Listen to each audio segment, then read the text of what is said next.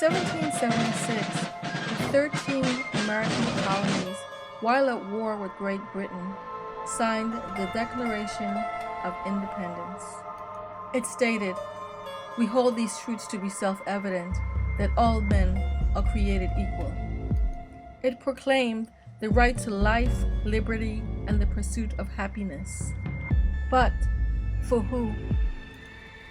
The American colonists? The slaves that toiled on plantations in the 13 colonies? Would these rights be extended to slaves toiling on sugar plantations in the Caribbean, owned and operated by colonists in the 13 American colonies? These rights were not for slaves in the 13 colonies or the Caribbean, but it would have indirect effect on 25 enslaved Africans in Road Tortola. In 1776, Samuel Nottingham, by a twist of fate, freed his 25 slaves and gave them 50 acres of land.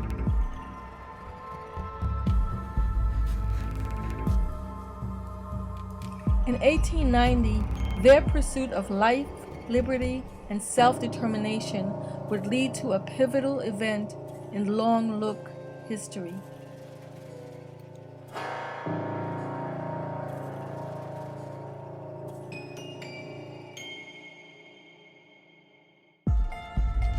A Danish warship is deployed from St. Thomas.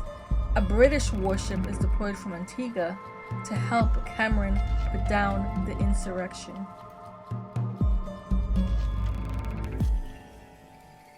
Marines from two powerful European empires were sent to Tortola to put down the rising discontent in Long Look. 50 years after the abolition of slavery in Tortola, Virgin Islands, trade, smuggling, and subsistence farming was the only means of survival. With the failure of an economy that had been based on sugar production, this trade between the islands was essential. Small boats would be filled with consigned goods such as food, livestock, clothing, charcoal, and other supplies. Captains of returning boats often hid items to avoid paying heavy duties to customs agents. When customs agents find a stash of hidden tobacco on the fair knot, chaos erupts. Christopher Fleming gathers a group of men. They arm themselves and defiantly march to Cameron's office.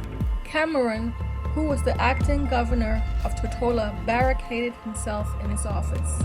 Descendants of the once enslaved gathered in the town square and demanded justice.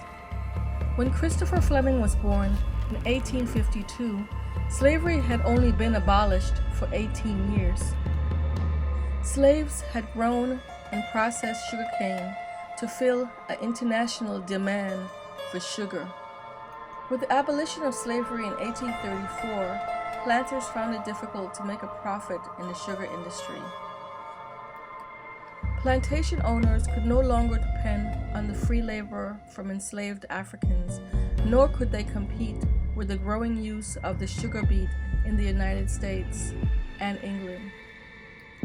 With the sugar beet replacing sugarcane in the sugar industry, most of the land-owning British left Tortola, leaving the formerly enslaved to build their own future on the island. Their descendants had survived by creating a system of interdependence and inter-island trade. In 1890, when Christopher Fleming led villagers to the town square, he was 39 years old. He had been known for his writings and his skill as an orator. He spoke out against injustice, heavy taxes, duties, and the taking of the fair knot.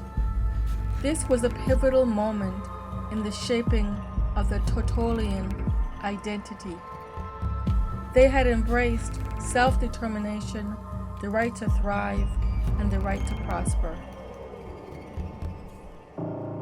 After all, Revenues from slavery and the sugar industry in the Caribbean had allowed Great Britain and the British in Tortola to prosper.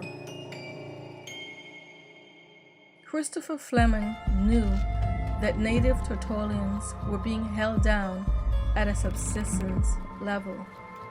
Within days, a British warship arrives.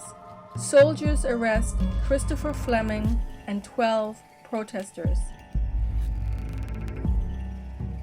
They would be sent to Antigua to stand trial for unlawful assembly. All except one would get jail time.